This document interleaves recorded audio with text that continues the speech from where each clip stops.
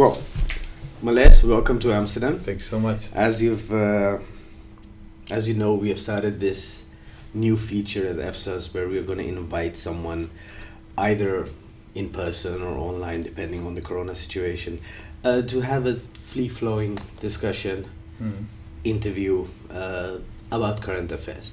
And to introduce you, of course, Malaiz Daud.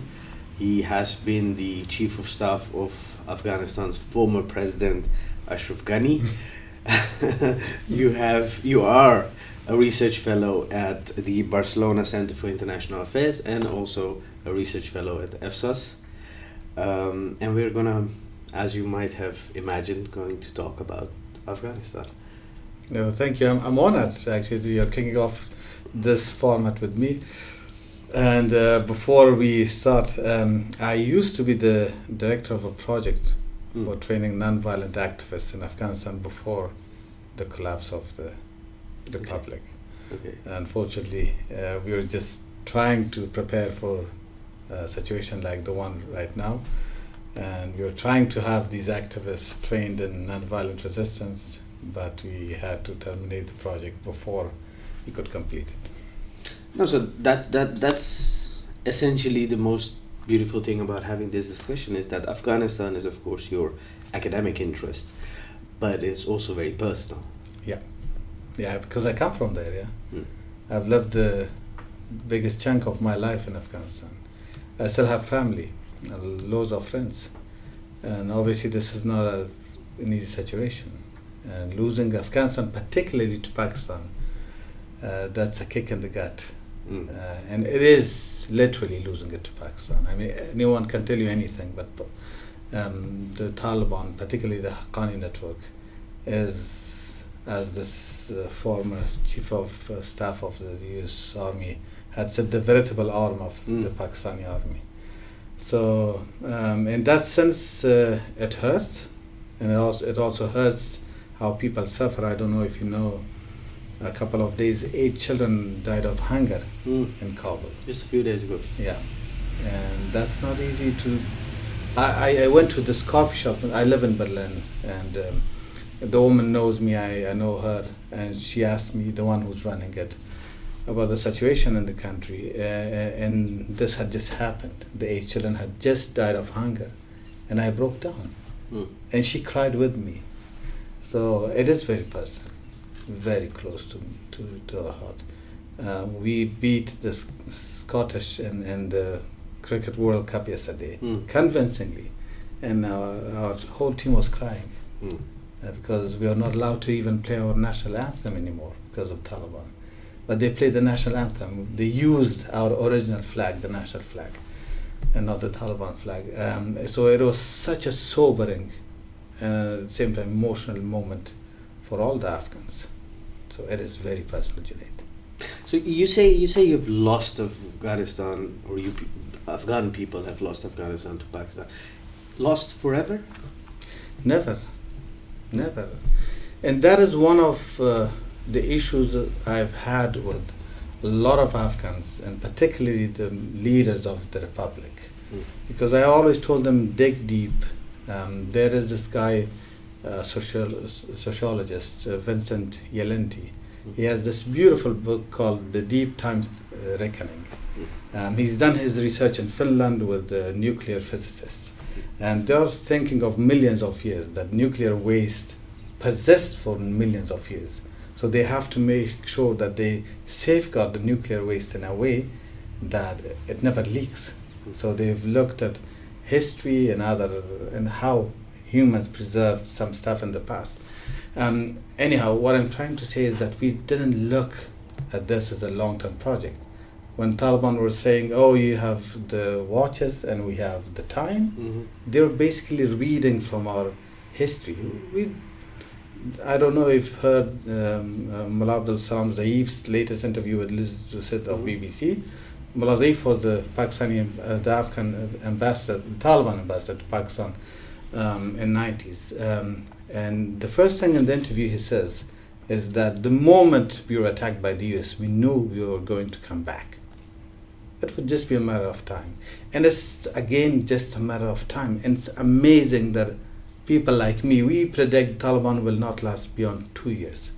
But people like Asfandiar Mir of USIP, Michael Sample, like all these Taliban observers, they don't even give them 6 months. It's incredible. How much time do you give them? 2 years, max. They're losing the country right now. But people dying of hunger on the streets. Young children being sold by their parents. A girl was sold, a baby girl, for $500 yesterday. You know how much ISIS is paying now? Anyone who's going to join them, $500. You join ISIS, and then you fight against Taliban. But how is it, because now you give them 2 years, how is it, because I want to go back to how they came to power.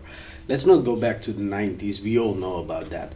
I must say here that it's also, of course, the West was oblivious to Afghanistan from 1996 until 2001, until, of course, they were attacked in New York. But how is it possible that, the biggest, the superpower of today, the US, with all its intelligence, all its weapons, all its budget, along with NATO countries, how is it possible that an insurgent group, a terrorist group, outlasts them and keeps fighting for 20 years and then actually defeats them and takes over the country? How can a group do that when it's not? It should have, weapons don't grow on the trees in Afghanistan. How did they do this? Because the US doesn't have the experience of dealing with a space, with a physical space that is stateless. Afghanistan has traditionally had never a state as an institution. True.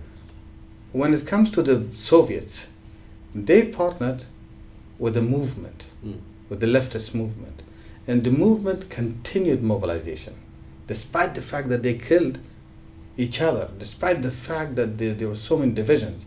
But even the smallest part that remained after 1989, they continued mobilization. They continued mobilizing support, even if it was only 100,000 people. It was grassroots. Exactly. And these 100,000 people kept fighting against the Mujahideen, and who used to be the proxies of the Americans and other Western countries, and Pakistan too. That didn't happen this time. This time the US thought, okay, we have a bunch of warlords from the northeast of the country, most of them not even living in the country. The only one who continued mobilization was Massoud. And take him out of the equation, these guys were irrelevant. So you had this irrelevant bunch put together with irrelevant bunch, people like me from the West, who had no roots in the country.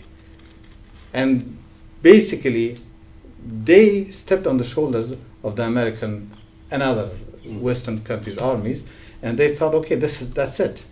Whereas Taliban, on the other hand, they continued the mobilization.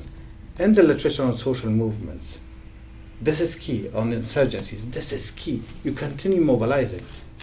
Now we know that the 300,000 nominal figure that was given to us of the Afghan security forces, we didn't even have 50,000 security forces. And these 50,000, they were just mercenaries. People coming in because they have no other vocation, and they just fight. And the moment the money stops, that's it. Or the moment they realize, it's going another way, they stop. So there's no commitment. I lived in the Afghanistan of 90s. I remember the 3 years President Najibullah stayed in power after the Soviets left. And one day he would gather tens of thousands of people, deliver feisty speeches, and tell them, you know what? We are fighting for the soul of this country. We are fighting for our ancestors. We are fighting for a country that has been there for 5,000 years. And he would be at the forefront. The Pakistani, you know this, Junaid, and the Pakistanis in 1989, they attacked Jalalabad city in the east. Like, they directly got involved, their army. you had all kinds of Arabs from different countries, including Osama bin Laden. They converged on the place. They couldn't defeat the army. The main guy who was running the war theater there, he was a friend of my family, Manuka Mangal. Like, he called the President Najib and said, we are losing the airport because we no longer have bullets. The president told him, we come from the same province. They both came from a province called Paktia. How dare you tell me you're going to be defeated? Do you have stones? He said, yes. Then he said, throw stones. And that was the key. Whereas right now we have these people, like, including President Ghani, who didn't know about the realities of the country. They had lost the country way before. Obviously corruption plays a role, but is India more corrupt than Afghanistan or not? Is Pakistan more corrupt than Afghanistan or not? There's so many countries. I would say that whole region is quite corrupt. There's so many, and that's only petty corruption that we're talking about. In the West, all the Western countries, they have an issue with corruption, but their states still stay intact. Yeah. So because the institutions keep them intact. Exactly, but we didn't have those institutions. We still don't have those institutions in the country. In Afghanistan, you don't have state institution, an entity that is going to be there. You don't have a judiciary like in Pakistan. No matter what happens, the judiciary will have its own culture. It will be there. You have lawyers corps that is there. They even become sometimes into a movement and toppling governments, That you don't have in Afghanistan. So all you can do is base your trust in movements. So two kinds of movements emerged in the 1960s in Afghanistan. The leftists and the rightists, the Islamists. Taliban, they fought with the Islamist movements of Sayyid Qutb and so on and so forth, who aspired to the Arabs that they met in Egypt and so on and so forth. Now they've continued that. And Taliban have that physical space. I don't know if you've read Jürgen Habermas, this German philosopher. He talks about public sphere as the key to civil society. If you don't have that, then you have a problem. And that is also true for the movements. You have to have this physical space. In Pakistan, tell me about the Lal Masjid. Can the government, can the army enter the Lal Masjid? They cannot. They've ceded the sovereignty of certain physical spaces to the Islamists. And this unholy alliance between army and the military and the mullahs, they use it then against countries like India and Pakistan. Whereas our civil society, people like us, the liberal forces, their space was shrunk day by day by the Taliban and the Islamists. And the problem we had, the people who were in power, they were threatened by these liberal forces, so they also made sure that they shrunk the space for them. We couldn't mobilize, the Taliban continued to mobilize. And how much credit do you give, for example, you talk about Pakistan, how much credit do you give Pakistan? Or credit in the sense, from their perspective, of course, in getting the Taliban Why was back? Imran Khan in Tajikistan a few days ago? Tajikistan is a tiny country. But they've taken an issue because the Tajiks have been driven out of power, and they say that we don't have enough representation of Tajiks in the Taliban authority, right? Because Pakistanis know that even a few hundred kilometers of space, is again physical space, can be crucial to any future insurgency. By Pakistanis, you mean the military establishment? Particularly the military establishment. But you also have people like Mehdi Yusuf now, who's the National Security Advisor. Which I would count within the military Yes, establishment. but Muid has a PhD in social movements. So he understands this.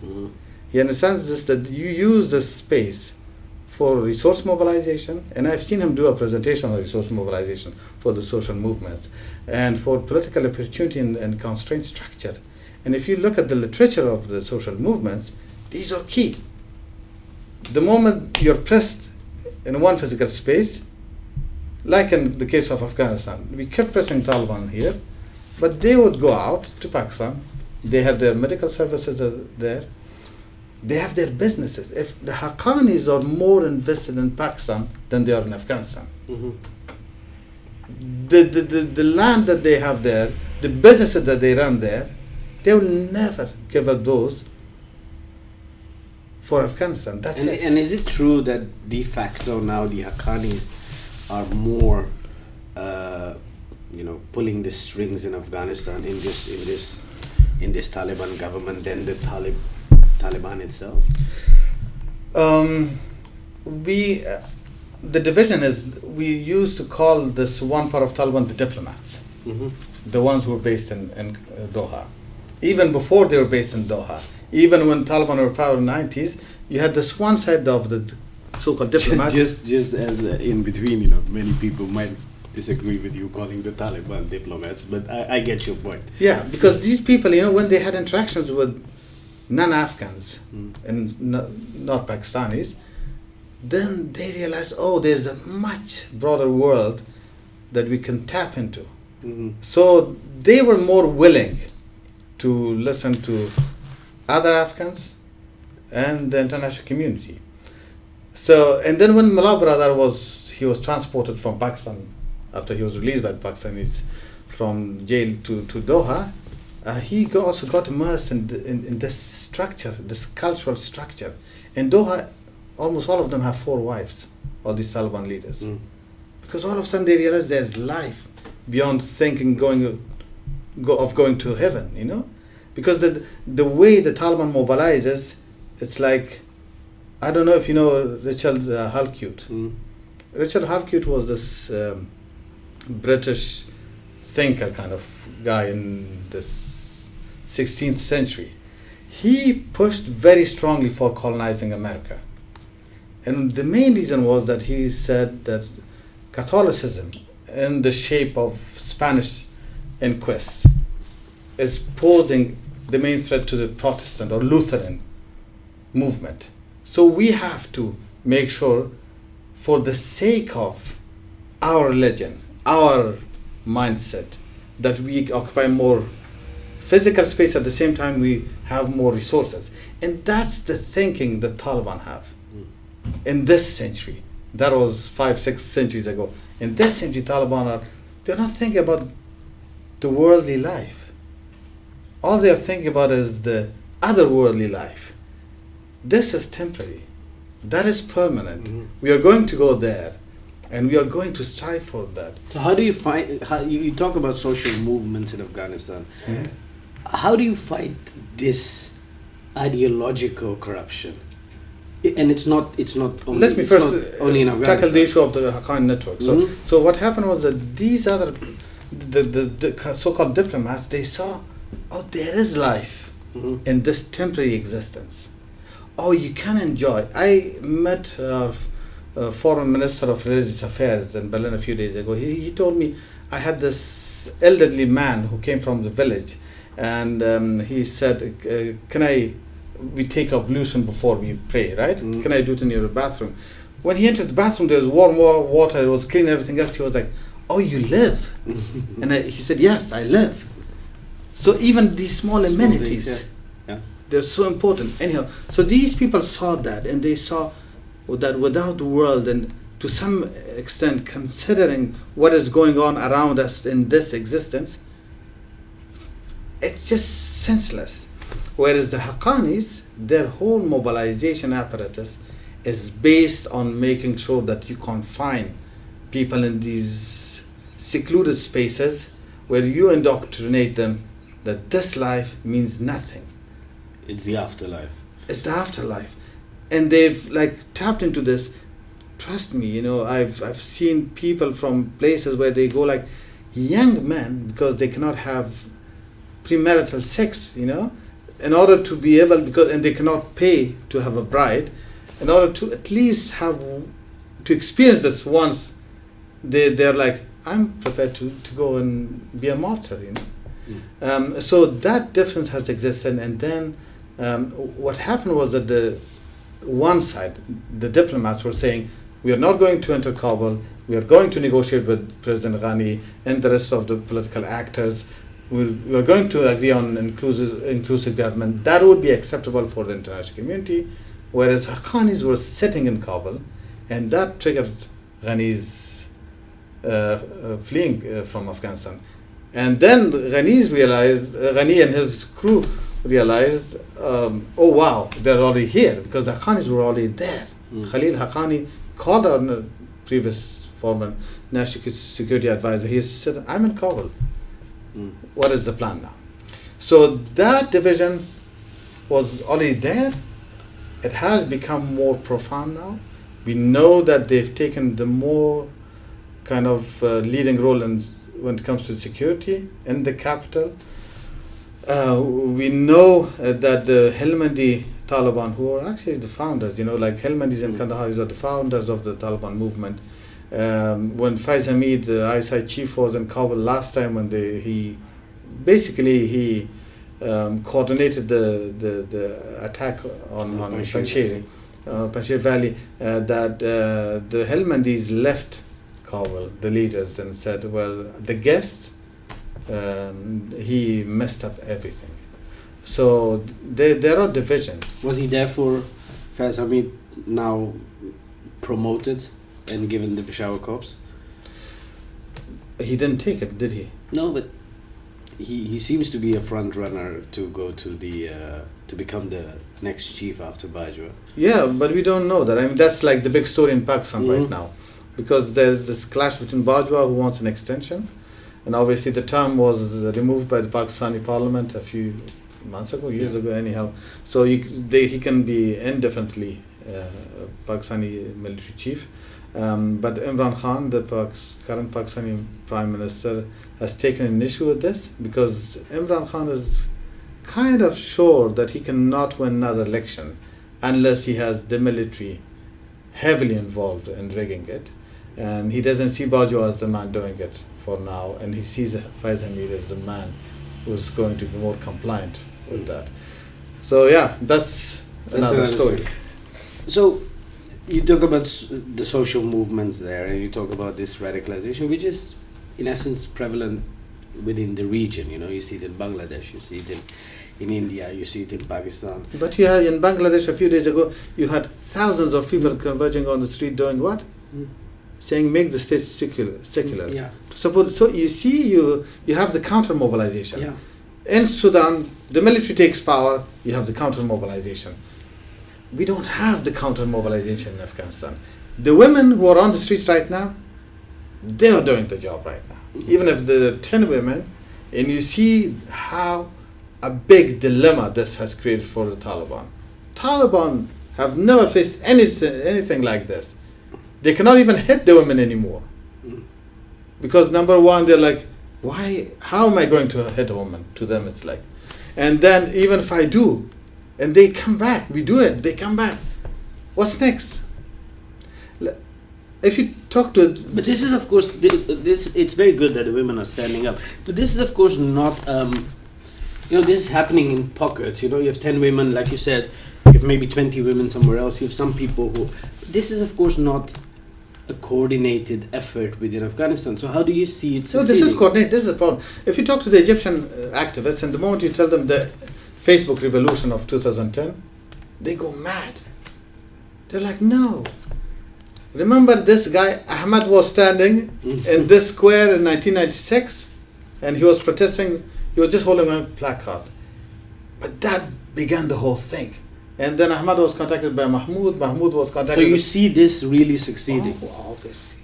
I'm telling you. And how will the players like the Haqqani network, the Taliban, the Pakistani military establishment, who have invested, of course, a lot of money, blood, sweat, and tears in getting the Taliban back into power, how will they react when this picks up? The way they react to the Pashtun Tahaffuz movement in Pakistan. So they're going to crush it?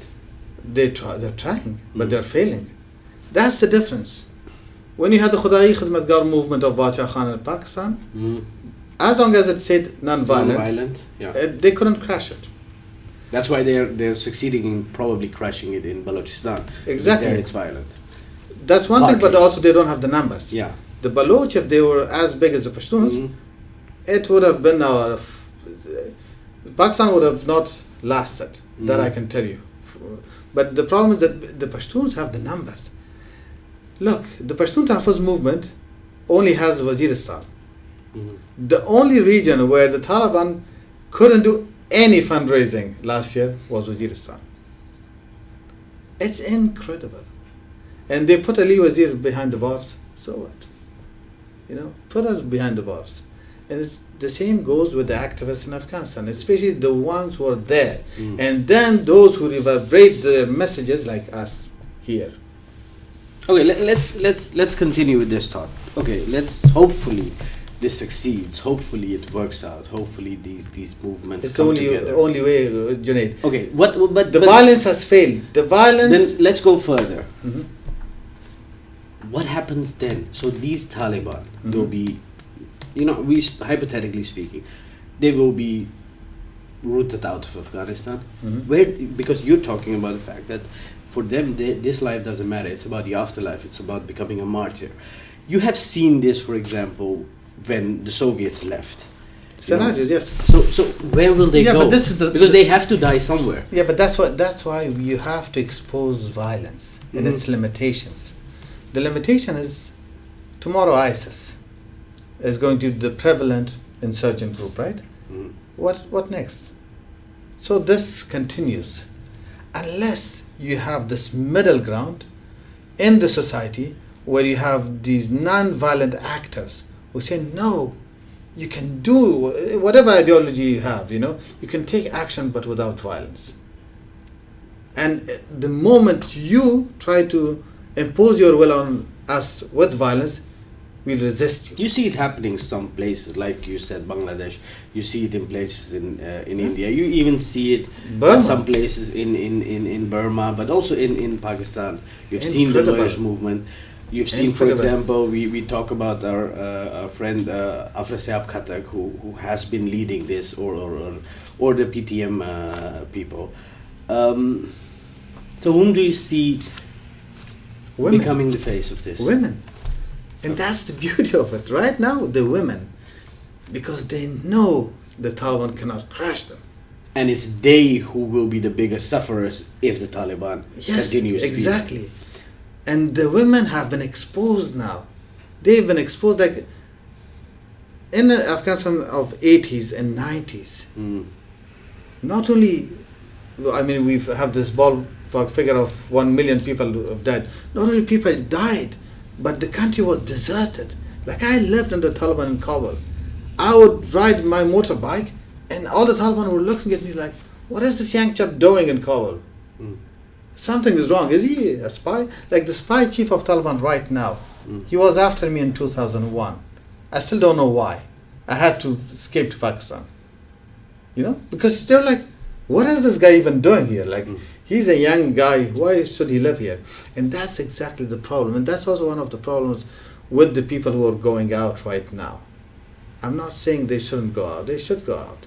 But it also depends on how we continue the struggle. One. Number two, the people who are there, let them be the face of it. Let them take the lead.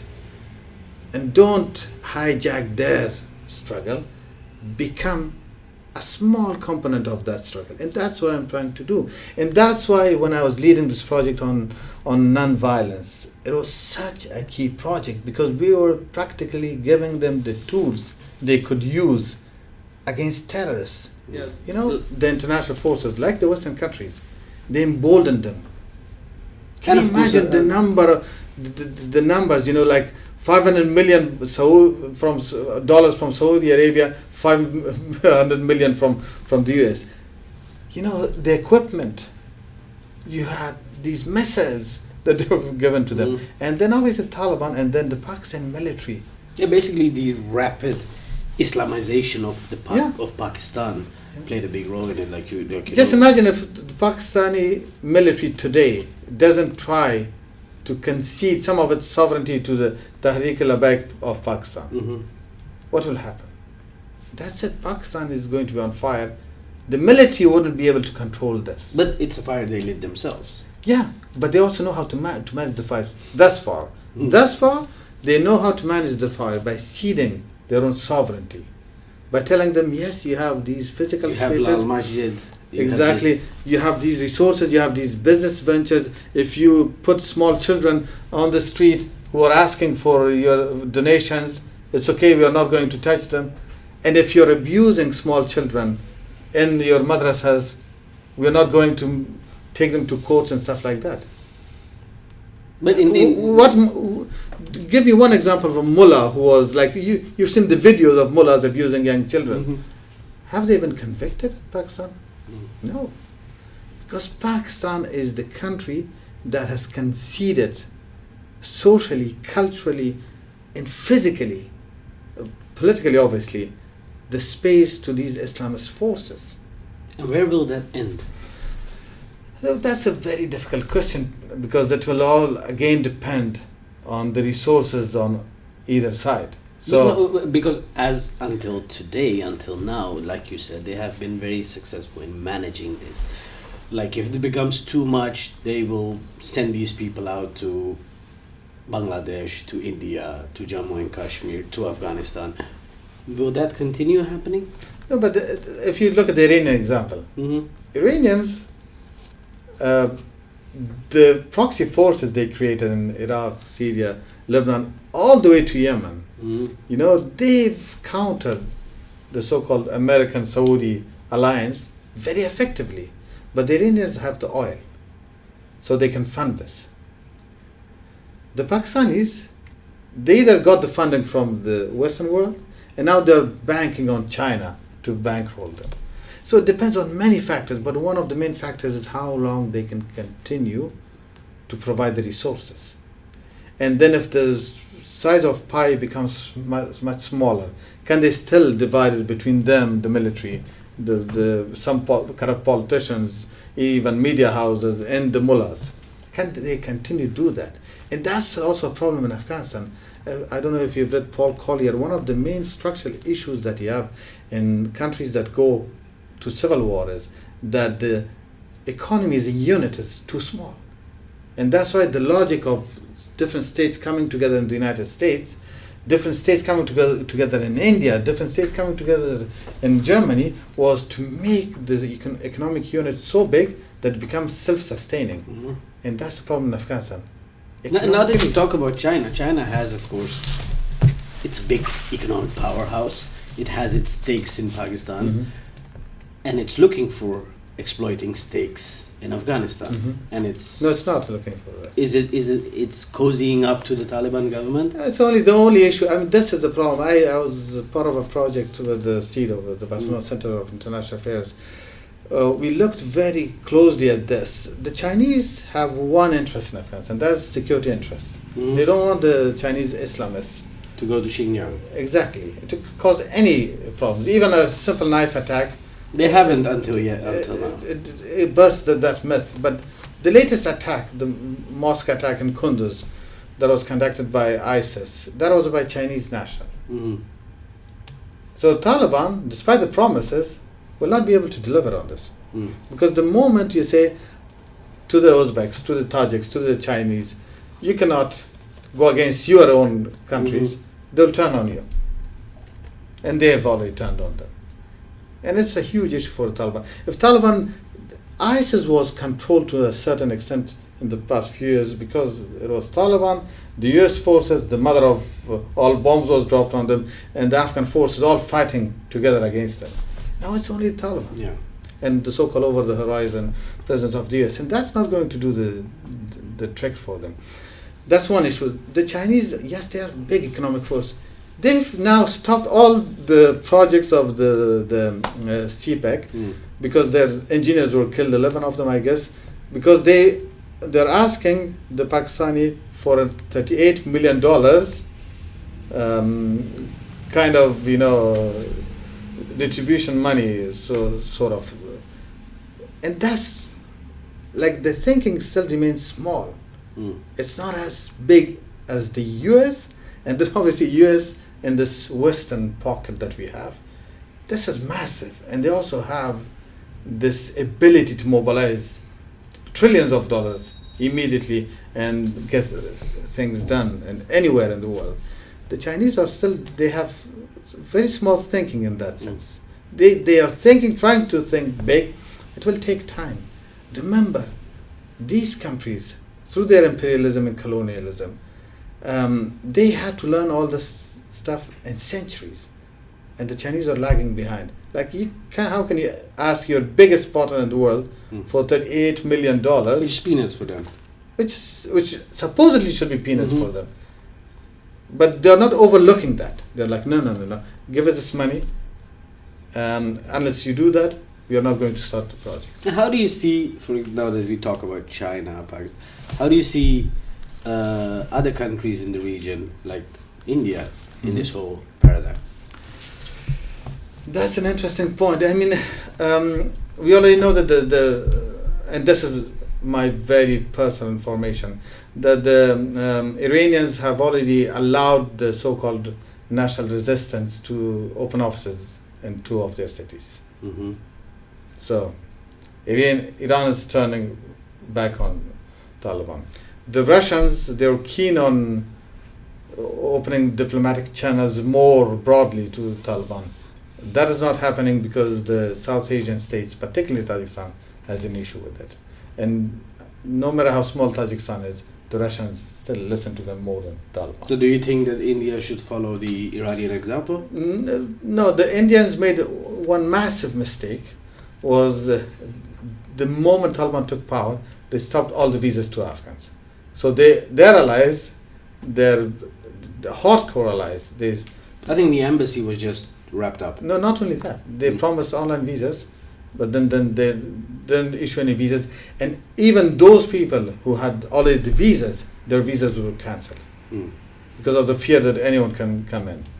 Like they could have taken the risk of a few anti-Indian elements making it into India, but it could have scored a much bigger point here. They failed there. That's one thing. The second thing is India's strength lies in Gandhiism, and that is non-violence. You know, you cannot fight this fire with fire. You can fight it with water. So let Pakistan and Iran use all these violent proxies. Let India support political movements. Exactly. Nothing else. Training. Awareness. Incredibly. They can do incredibly. When I tell this to Indian audiences, I'm amazed. They scoff at this. I'm amazed the Gandhiism has lost ground to what we are seeing in India today. I'm amazed. They don't see the depth of this. And but we were just talking before your beginning, the Pashtun, Gandhiism of Basha Khan, it is still very much prevalent there. Potent. Extremely potent. And you see it with the PTM movement, for example. You see the communication of Taliban before the takeover of the country. The only problem they had was with this movement. They're like, we cannot operate in the presence of this movement. Non-violent movements are because they are exposing us, releasing our footages, operating in Pakistan. They're not allowing us to fundraise. We appear somewhere with guns. We are 10 people. There are 2,000 people. Whom we are going to kill first? So this is the role of the regional. How do you see, for example, the Americans have left, the West has left. They're in the skies. they're always in the sky. Probably here up as well. Yeah, exactly. So, what's their role? What should they do? Well, I guess there is an element of vengeance right now. The Americans are trying to prove to the Taliban that you may claim that you've defeated us, but you are going to starve to death. But that's the Afghan population. Do they care about that? Probably not, but collateral. In essence, that is what Asad it is. Durrani's collateral doctrine also comes directly from the US. So collateral. The main thing is the US, again, we cannot just take it as one entity. If you have 20 senators in Senate saying, no. First, accountability for what happened. Number 2, change of policy. So you don't know what is going to happen with the civil society in the US. We have a much bigger lobby for Afghanistan, a liberal Afghanistan, in the US than we did in the 80s and 90s right now. We have generals, we have former government officials, we have bureaucrats, we have politicians, who are pissed at what is happening in Afghanistan right now. So only the Biden administration is not going to be able to make a policy that is going to, and they have had the self-defeating policy of removing their forces without considering other voices, and you know what is happening right now. And even there are right now movements saying because of this mistake we should not re-elect him within the Democratic Party. So you have this problem in the US. Obviously, countries like Germans have told the Taliban, you know what, you adhere to the minimum of basic rights, and then we'll recognize you. Allow girls to go to school, for example, allow some free media, and so on and so forth.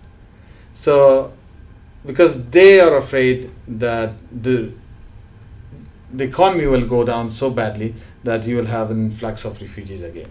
So it's again about them. It's about their own interests. It's not about what is happening there. In Afghanistan. But the issue they're again overlooking is that this is going to blow up.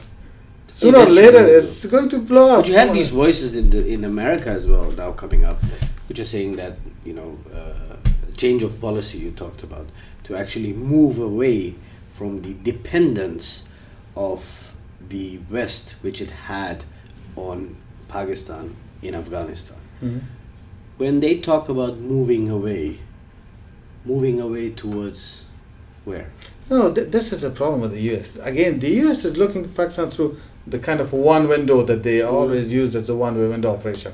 Like under Musharraf, only through Musharraf. That's not Pakistan.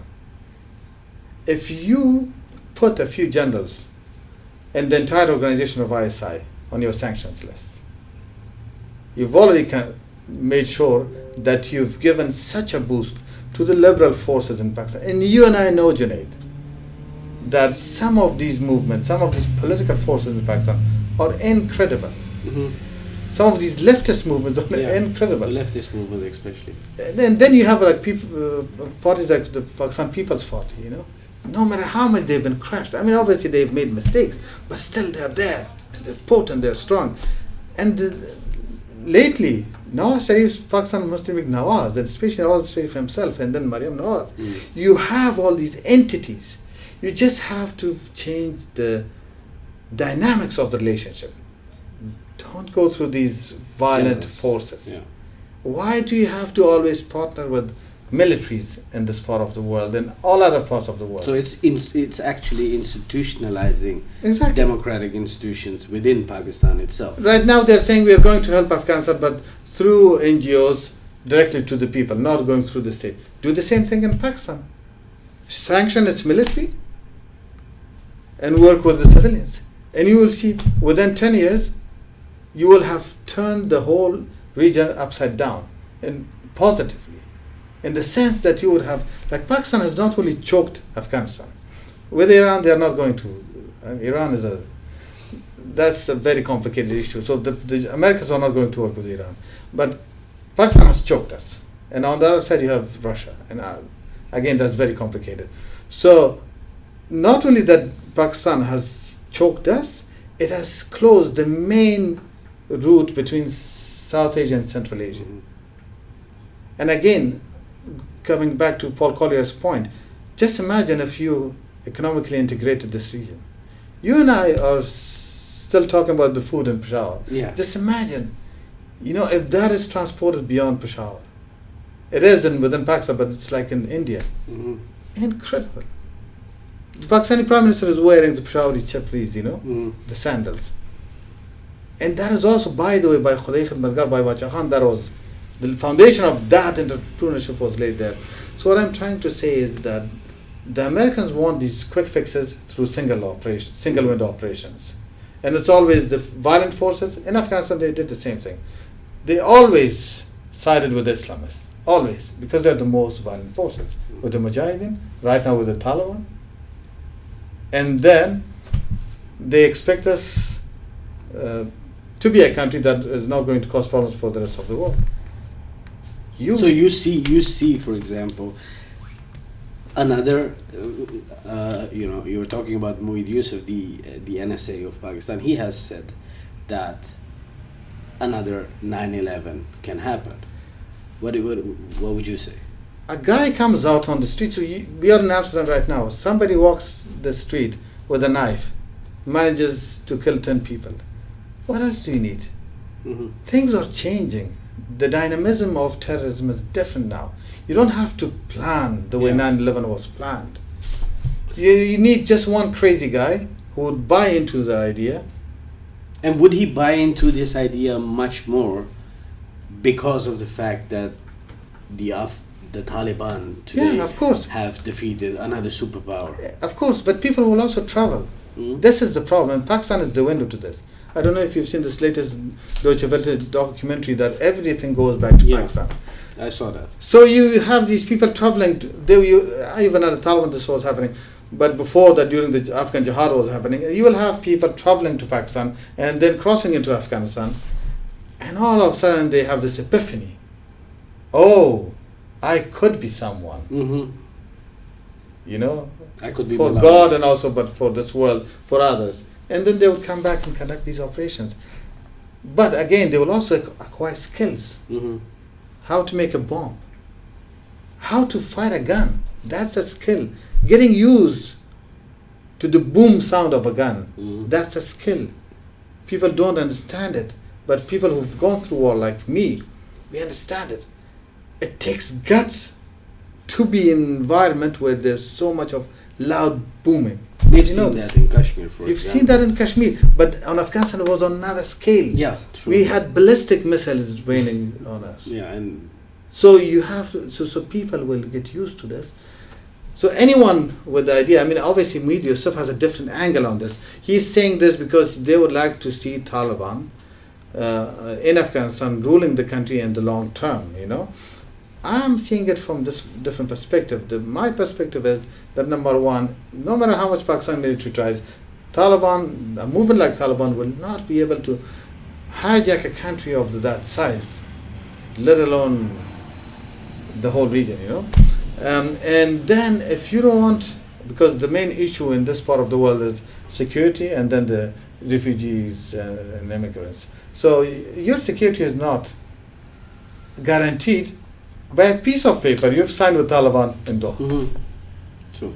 So how do you see other groups within the region who have a similar agenda? How do you see them taking inspiration from this win of the Taliban? I imagine terrorist groups like the Lashkar, like the Jaish, like the Jamaat Islami in Bangladesh, they thinking that, okay, if the Taliban can do this... inspiration is not morally important. When it comes to the material side of it, then it's more important. So do you think there is There's a working mechanism? an internal report of the Pakistani military Mm-hmm. in which they mourn about the fact that the Indians flooded Kashmir with so many security forces, sometimes so poorly trained, but still a guy with a gun, that the cost of people, particularly Arabs, crossing into Kashmir and then trying to cross back into Pakistan was so high that it was unsustainable. Whereas in Afghanistan, it was the other way around. It's an internal report, Junaid. Very few people have seen it, and I've seen it. Mm-hmm. So the cost was possible because India is a country, it could endure it. It could pay for it. Mm-hmm. But when you have a country like Afghanistan, we don't have our own resources, we're dependent on other countries, and they have come with so many conditions that you cannot do that. Just imagine if you had continued with 5,000 US soldiers for the next 20 years. Mm-hmm. What would be the situation of Taliban then? Mm-hmm. So you continue this for, 50 years. Yeah. What is going to happen? So inspiration is not the only important thing. Obviously, it has given inspiration even to some crazy leftist movements as far as Brazil and so on and so forth. You know, but it doesn't mean you can replicate that because there are so many other factors. You know. Now that we talk about Kashmir, I think the spokesperson of the Taliban has said that they have the right to speak about Muslims all over the world, including Kashmir. But why is that a surprise? Let me get to my question. He conveniently left out the Uyghur Muslims in Xinjiang, of course. Now that they have talked about Kashmir, in my personal opinion, and I want you to have a comment on this. I don't see the Taliban itself going to Kashmir to fight, but I do see an ideological spillover effect within Kashmir, and I also perhaps see some working mechanisms being strengthened between Kashmir India focused groups and the Taliban. What do you think? Maybe, I mean, the thing, what Saad Shaheen said was also out of spite, because India not only stood with Masood, but also then the 20 years of the Taliban forces Stood with the Republic. post 2001. So that is out of spite. If India hadn't done that, then they might have, Saad Shaheen at least, he might not have mentioned this. With the Chinese, they're not doing it, but it's the leadership that's not doing it. Mhm. Every foot soldier of Taliban, they have a problem with this. When we are told that Taliban is a nationalist movement, it just drives us crazy. It's not. The first time they took the city of Kunduz in 2015, they were like, we are marching on to Central Asia now. It's not a nationalist movement. It's an Islamist movement. Islamists intrinsically want the whole world to be Islamized, Yeah. number one, and then to adhere to a certain political authority in their own minds, you know. But come back to my question. What do you see happening with terrorist groups, Kashmir focused? They can, again, as I said, Indians have flooded Kashmir with so many. It still takes one crazy guy. Yeah, I know, but that will happen. That is not a big issue for the Indians. No, but could it lead to escalation? There could be an uptick. There's an uptick in operations by the Pakistan Taliban in Pakistan right now. I know there have been like 50 attacks in the past 2 months after the takeover of Kabul. But could such things bring India and Pakistan to a war? If another Well, the problem is you have Modi in power. Hmm. So there is some unpredictability. So the strategic restraint that was the kind of modus well, that's out of operandi. the window now. Modus operandi. I don't know if it's out of the window yet. Mm. Because we haven't seen, I mean, there have been attacks under Modi against India. He hasn't gone all the way, but all he the- has retaliated more than previous governments have done. Yeah, but as much To a as not certain to extent. piss Pakistanis off, to an extent that Pakistanis will use their nukes. So Will they? would the current military know? Because they know it's the end of Pakistan. Not only the end of That's Pakistan. quite, yeah, Not indeed. not only the end of, not also literally but also figuratively. Mhm. Not only the end of the Pakistan military but the end of Pakistan. Yeah. Per se. Because like these strategic nukes, where are they going to use them? Because the first point where the Indians will enter would be Lahore. Are they going to nuke Lahore? Hmm. Because that's Yeah. like they're like we are using the strategic nukes in the battlefield, you know. But if there's if So they, where is the battlefield? Like where is the front line? but if they Lahore. see if they see Lahore getting out of their hands, they might use it. No, but that's the end of Pakistan. Mhm. As But then we know it. it's like you said, it's not the end of Pakistan. You have an afterlife after this. Okay, but at least in this world we're talking about now, it is Yeah, the end of it's Pakistan. the end. So the issue is that we, like all these doctrines, they're still there. Mm. You know, killing by 1,000 cats of Pakistan is there. Strategic dips is there. Strategic restraint is there.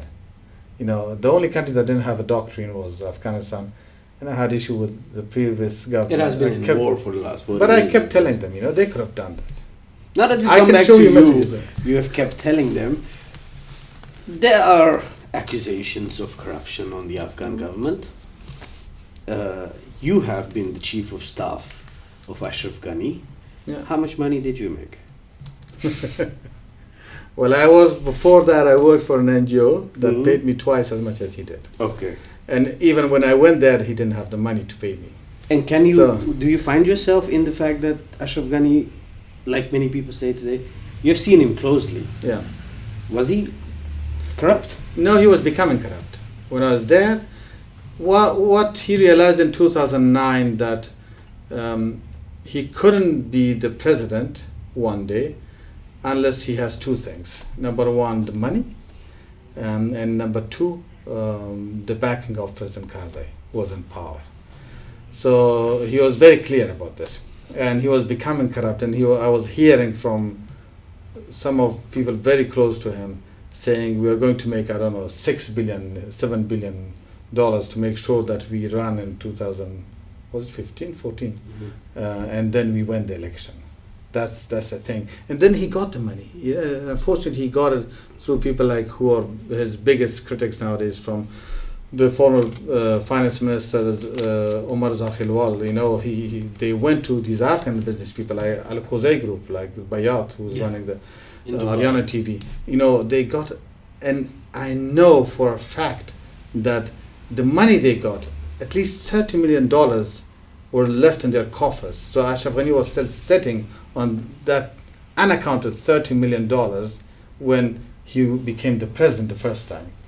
And then in 2000, when the second term here in 2019, 18, anyhow, he at least extracted $170 million from our Ministry of Finance, especially from customs.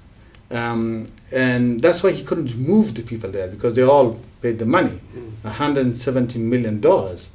And he even sent a message to his later foreign minister Hanif Atmar, who was running against him. He was like, this is the amount of money I have. How much are you willing to pay? So he was basically intimidating him not to run. So do you think the notion that corrupt Afghan politician part of it enabled the Taliban takeover is exaggerated? No, but Taliban are also corrupt. So especially it's exaggerated? Exactly. Haqqan is, again, if you use it for mobilization. Yeah. So like you said, in South Asia, corruption, you know, you and I know if you want to get a birth certificate, we need to pay. No, but the Pakistan military, right? Highly corrupt.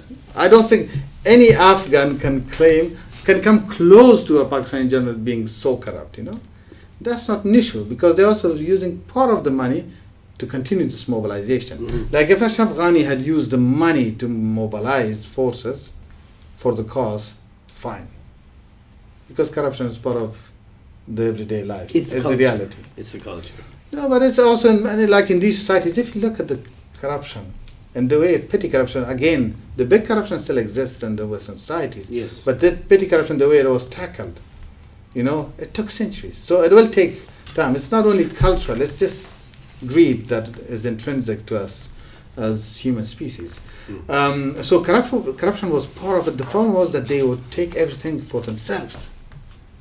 You know, the Pakistani generals would not do that. The Pakistani generals would allocate a certain amount of money to make sure the status quo stays intact.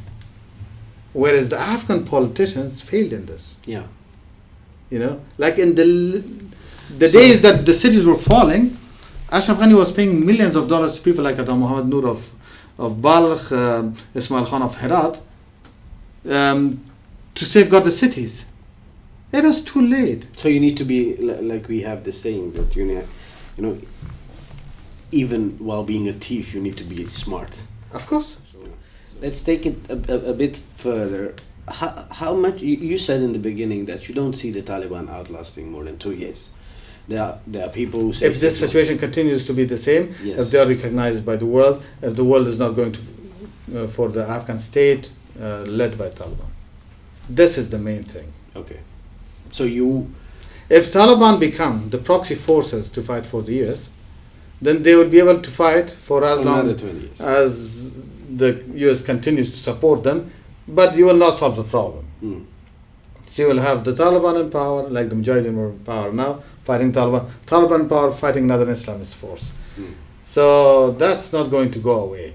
But if they continue with this kind of embargo on Taliban right now, if the region also responds in the same way that they are responding right now, like Pakistan, remember the last time they just went right away and recognized the Taliban. You had Saudi Arabia and the UAE come in and recognize the Taliban. And I was in Afghanistan when Saudi Arabia was generously paying for Taliban's war machine. You know, like at one point they sent 500 Hilux. But are they looking for recognition? Oh, they're craving for it like anything. They cannot. Every second word that comes out of their mouth is recognition. Every second word, because they know. They understand. Look, They now I'm understand here the world. in Europe. They see it firsthand that people are selling their children on the streets of Kabul. And obviously They know. and according to their ideology, it's wrong. Mm. Because when they go to the time of Khalif Omar. Yeah. Because they aspire to be that kind of Khalifa Mm. who was known for his justice and fairness.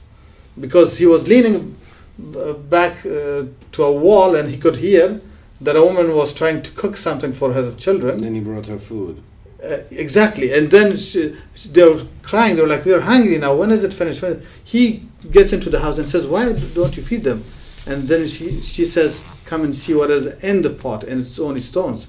And she's like, "I'm trying to deceive them so that they fall asleep eventually. Get so tired that they fall asleep because I don't have food for them." He goes back To go further on this, in you know, and that's where it comes from. In Khalif Omar's time, a guy was sentenced for stealing food, and as you know, the Islamic sentence for that is cutting off the hands. And actually, Khalif Omar intervened, and he said, "You can't sentence him for this because it's my responsibility to provide food for these people." Exactly, and that's the problem. And their own soldiers, they cannot feed themselves. You know how they operated in the past? They were in the villages, and the village constellation is very different in Afghanistan. The village constellation is, you go, like if I travel through Afghanistan, I go sit in the mosque in the evening, when the evening prayers are done, and the mullah turns around and says, "Are there any guests?" And they're like 10 people, like, "Yeah, we are the guests." And then like, "Okay, you go with this guy and he will feed you tonight and give you a room to sleep, and you go with this guy." That's the village constellation. This is what Taliban used and abused, because they would go into a house and say, "Feed us." That's it. In the cities, they cannot do that. It's Because not the there's no city food. culture. And also, there's no no food. food. But it's also not the city culture. You will not allow anyone to get into your house and say, "Give me food." No. So they're starving. Taliban themselves are starving.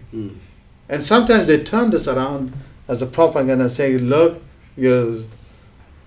we're so clean that we are prepared to work for this authority without even having food on our plates."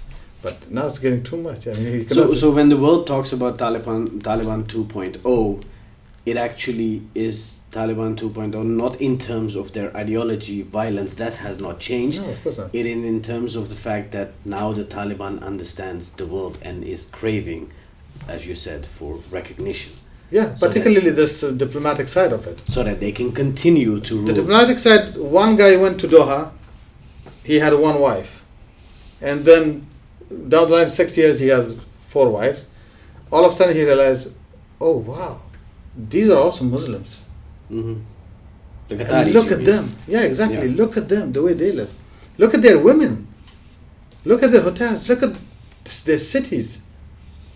And actually, as the Arab continues, the real Muslims. I have a friend who was part of the Taliban movement. He's based in Europe now. He told me once in conference, he was like, "Look, convince the Europeans to allow the Taliban to just roam around their streets." Seriously. And you will see this cultural change within the movement. You will be I had this really crazy argument with a Taliban member in Kabul. I told him how we went into space, also to the moon, and he went crazy. He was like, "What are you even talking about?" He didn't even know that we had stepped on the moon. He said, "You're a non-believer now. You've lost everything. How can you even say that?"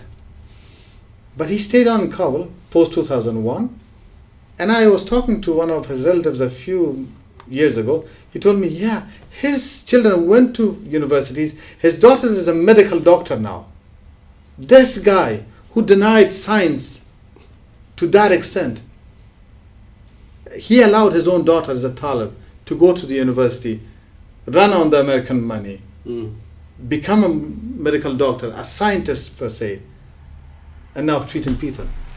It's funny you say that friend of yours told to let the Taliban roam their cities in Europe, because I remember me saying somewhat the same thing or having this discussion in Kashmir. There are sections of people in Kashmir who consider Pakistan their Mecca. And this discussion was, I told some Indian friends, why don't you give every Kashmiri a visa for Pakistan and let him roam around the cities of Pakistan, and then he'll come to know how much of a Mecca it is. I have an Indian friend who's a diplomat. He's in the foreign service of Delhi. Anyhow, he once told me, he said he was based in a country in the West. He started issuing visas to all the Sikhs who are doing all these demonstrations in the West against these Khalistanis, against the Indians. He said, I issued the visas, said, against policy, I'm issuing the visas so that they can go to Punjab in India and see what is going on there. When they went to Punjab and told people, why aren't you fighting? The people, they were like, what is wrong with you? We have a Range Rover standing outside of our house. Why do Go back to wherever you've come from. We are fine. Look at our lives. What else do you want? And this changed the whole thing so drastically that the whole policy of the Indian government was changed, allowed all these Khalistanis, they were like, come, see for yourselves how we are persecuting the Sikhs. And then tell us, and then fight against us. And that is a very strong point, obviously. Obviously, Afghanistan is not in that kind of situation. No. But again, it's also a matter of exposure as anything else. So what do you think should happen with the current frozen reserves of Afghanistan? No, never unfreeze them for Taliban. And spend them on these non-violent movements. Support them, support the women. Now is the time. It is the key time to turn this around for once and for all. It is to support these women. Take them to the extent that they've never seen when they oppress the women, Put so much pressure on Pakistan and all other backers that the Taliban have, that anything that happens to these women, we are going to take you accountable. Fund them heavily. But smart funding, Provide training. Right now, social media is pervasive in Afghanistan. Facebook is pervasive, 5 million users, Flood them with videos of non-violent tactics. Use organizations such as the International Center for Nonviolent Conflict, which is a US-based organization. It's crazy that we have all these amazing organizations that can help you so brilliantly. And so you brought some of the most corrupt contractors into Afghanistan so that they could supply bread to the Afghan soldiers. No, it didn't work. Violence doesn't work. You cannot fight this fire with fire, So your message is non-violent movements and let the women of Afghanistan lead it. Yeah. Because they failed, right? They were defeated. The US was defeated. The 42 countries, its allies, were defeated. The Afghan forces that were fighting against them, they were defeated. All the Afghan men were defeated, collectively. The only one that are standing their ground right now are the women, right? Because they know that if no, but the men are also losing. Look, they were checking our pubic hair in the 90s, the Taliban, whether we have pubic hair or not. So the men were also losing a lot. I had my head shaved because I was listening to music. So it's about the courage and also the wisdom. We men don't have them. At least the Afghan men don't have them. No, I agree. We men in general don't have it. And especially in Afghanistan. And we've proven it time and again. So it's the women, it's the mothers, it's the sisters of Afghanistan who can change and turn this around. Yeah. And you don't have to also assign them these roles, mother and sister. No. They are individuals in themselves. So give them agency. Exactly. They already have the agency. They've already taken the fight to the Taliban. Now support them. Support them, and smartly.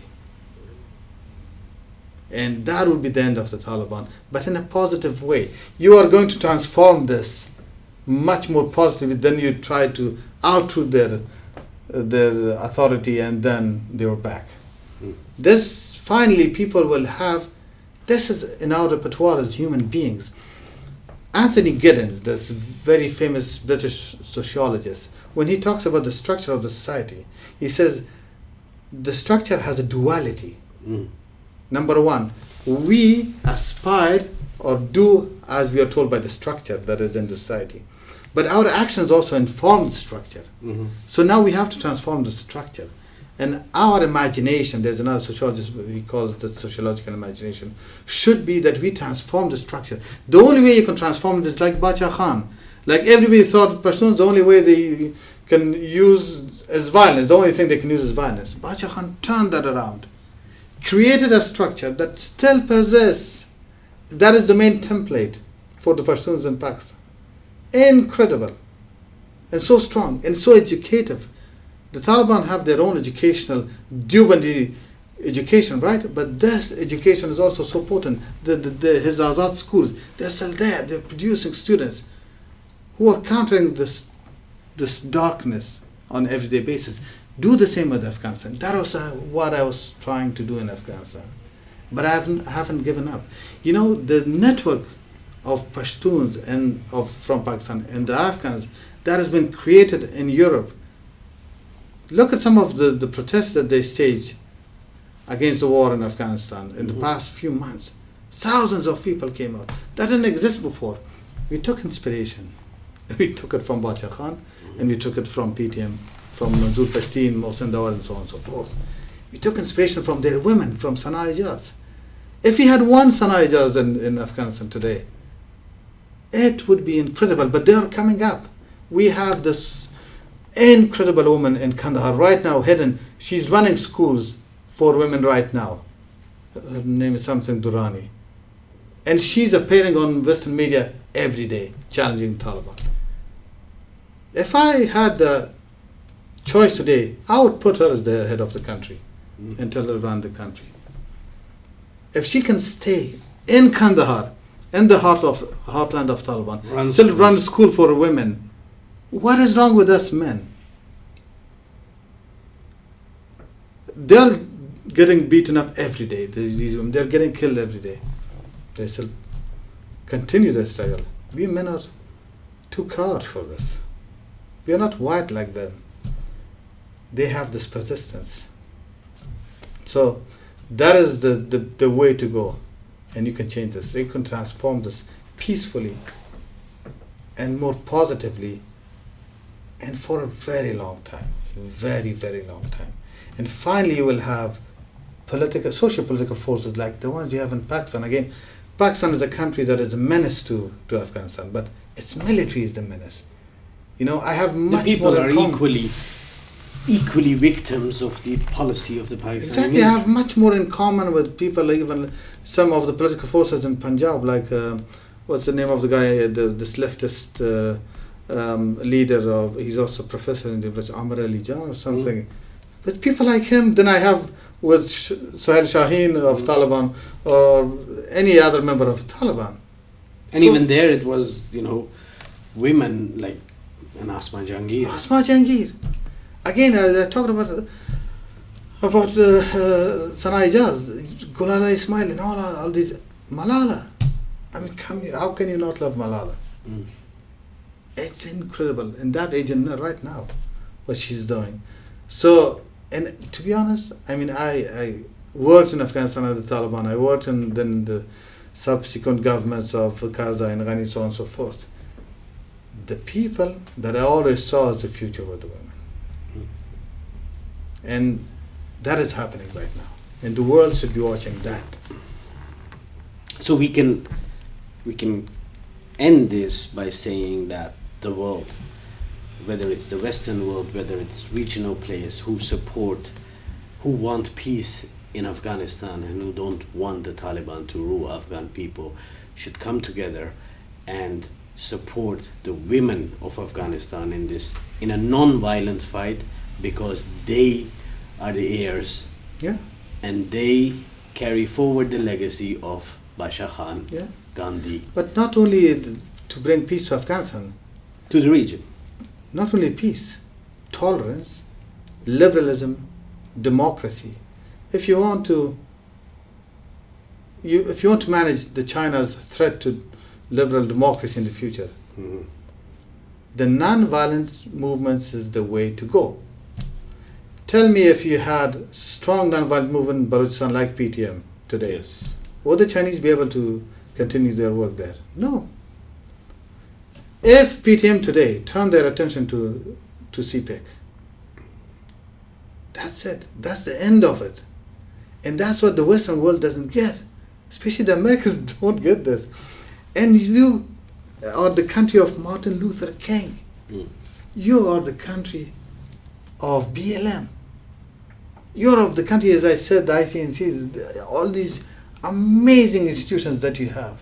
You are the country of Erika Chenoweth, of Stephen Hagen, or some of the best scholars of nonviolent movements and nonviolence. And you support proxies. You support violent people. You support very tiny proxy violent forces and structures instead of going for massive, incredible, tolerant, liberal, democratic, secular forces who can bring about the security that you call, and you say you need in this part of the world. They can bring about that change. And they are there. More lasting, and they're there. Despite the media coverage in the Western world and other places, which appears to be saying that there are no democratic secular forces in South Asia, in Afghanistan, in Pakistan, but they are there. The status of Ali Wazir right now, an elected parliamentarian from Waziristan, right? Is in jail. How many months? If San Suu Kyi was in jail, what would have happened? Hell would broke out. Why is the US not using this as an opportunity? Why is the West not using this as an opportunity? And this guy has tens of thousands dedicated followers. If the Pakistani army doesn't concede in something, you can always use this threat so effectively. Like the threat of any violent force, the only difference is that this is non-violent. The only difference is that this is tolerant. And it has been shown in Pakistan. Sheikh Mujibur Rahman showed it. Exactly. Basha Khan. But this is the problem. Like the Bangladeshi secession from Pakistan is only now seen as a war. Yeah. They say the Bangladesh war. It wasn't a war. It was a non-violent revolution. Yes. By democratic means. Exactly, with a very small insurgency, violent insurgency, and then intervention by the Indian forces at the end of it. But it was a It brilliant, started as a non-violent movement. exactly, non-violent revolution. Mhm. And in the history of Pakistan, how many times have these non-violent forces? Look at the lawyers' movement of 2007. How can you not be impressed by it? Yes. The Musharraf, whom all the political forces, all these huge political parties could do nothing about, he fell because of the lawyers' movement. He fell because of Usman Jahangir, because of Kurd and the guy from PPP. Anyhow, so what I'm British trying to say, colonialism fell, in Yeah. essence, because of a non-violent movement. racism in the US because of non-violence. South Africa, yeah. Erika Chenoweth and Maria J. Stefan have this book. It's called How Civil Resistance Works. And they show over a period of 100 years how many non-violent movements with maximalist goals have been successful and how many violent movements. This success rate of the non-violent movements has been twice that of the violent movement. So like these terrorists have training camps Yeah. where they teach people how to Exactly. make bombs. Let's have training camps where And you already have the templates. The Where Azad you schools teach of Bacha people, Khan. yeah. The Azad schools of Bacha Khan, they teach them from the not they only teach people gardening. non-violent movements. Who teaches gardening in Pakistan? What school system? Mm. Apart from this dry, boring British stuff. Mm. Azad schools, they teach them gardening. And that is meditation, my friend. That is non-violence. But also at the same time, they show the aggressive side of non-violence, where it's taking action. The moment you see something is wrong, you take action. But you don't hate your enemy, like Gandhi would say. You just say this is wrong. You don't kill your enemy. You just say you're wrong. Let's talk about it. And this takes time, but eventually it makes a structural Exactly. change from bottom up in society. Yeah. And that's why that was the failure of our Republican state. And the reason why it fell so quickly, because it didn't have this structure, this grassroots structure of mobilization that they could count on in the event of American soldiers going out. They didn't have it because they didn't adhere to an ideology. You see, like I convinced Ashraf Ghani to read Bacha Khan's book. He didn't. He read the book He mentions the books of, I don't know how, so many Western scholars. He never once mentioned the book of Bacha Khan all his life because he didn't buy into it. Okay, I will tell you this now. His main advisors on public relations asked me if I could help them with creating a strategy for countering Taliban. I created a strategy for him. I wrote one for him. How to create this hybrid structure between their own official channels and these non-violent movements. And then I run test cases for him. How, like, the Taliban would run a trend in Twitter, they would reach 20,000 trends, tweets and retweets. We would do them 70,000. And we paid no one, Junaid. Because these people were already mobilized. You just had to set a direction. You just had to talk to them and say, what is our common goal? And they would step in. At one point, we were trending top in Germany. So I told him, the potential is so great. Replicate this also in your war strategy. It takes a network. I don't know if you've read this piece by General McChrystal. It takes a network where he talks about how Taliban have created, or the insurgency have created a network that is fighting against them, and how they are now trying to create the same network. The only thing he got wrong was that the network he created was a bunch of people who just wanted to get paid and enrich themselves. That's it. So even if violence was not shunned, they could have at least seen who is really rooted in the society. I don't know if you've read this piece again on the very first drone attack the Taliban conducted in Afghanistan against a guy, Qul, in the province of Takhar. And why they targeted the guy. Like, they invested so much money, they bought this Chinese drone for $60,000. They put so much thinking and time and sweat and blood in this to make sure they get this guy, because they knew he was the only guy in whose presence they could not take the province of Takhar. And that was key to their strategy, because they didn't want another Massoud era resistance developing in the northeast of the country. So if they take Takhar and Badakhshan, so they take the north first and northeast first, and then they can just come from the south and take every other place. And they killed this guy using so much of their resources because they knew he was rooted. And this is what the Americans didn't get. This is what our governments in the past didn't get. They really didn't get it. The power of mobilization, the power of education and mobilization. These education institutions, the madrasas. Why do we keep talking about madrasas? Because why don't we have the Azhar schools? Exactly. Why we don't have the equivalent of madrasas, of liberal education? And that's why they're shrinking it. That's why Taliban are getting rid of the liberal and secular texts. They're shrinking the spaces so that you don't have the space to operate the way they do. But you have to create that space, the way they've done it in Pakistan. You have to have people like Bacha Khan. Mazur Pashtun in Pakistan doesn't drive around with bodyguards. He says, come for me. Pakistan military Taliban, come for me. Because he knows if they come for him, there will be a 200,000, I know, threefold increase in his followers. They didn't kill Akbar Bukti until he, of course, went violent. Yeah. Because they know if we do it, then we have a much bigger problem at our hands. So they're not going to do it. Whereas our politicians would have 100 people running up and down with their heavy guns and armored cars. Again, they couldn't be safe. They were not safe. A single suicide bomber would come, blow himself up and kill you. They didn't get this. The security doesn't come in this shape, especially in that part of the world. You have to create that social system that gives you that safety. Not the hardware that you get from the US and the training that your soldiers get from the US. And this is the story that you don't get in the media nowadays. I know you've been on my tail for the past 5 months, but I just needed this time to digest the pain.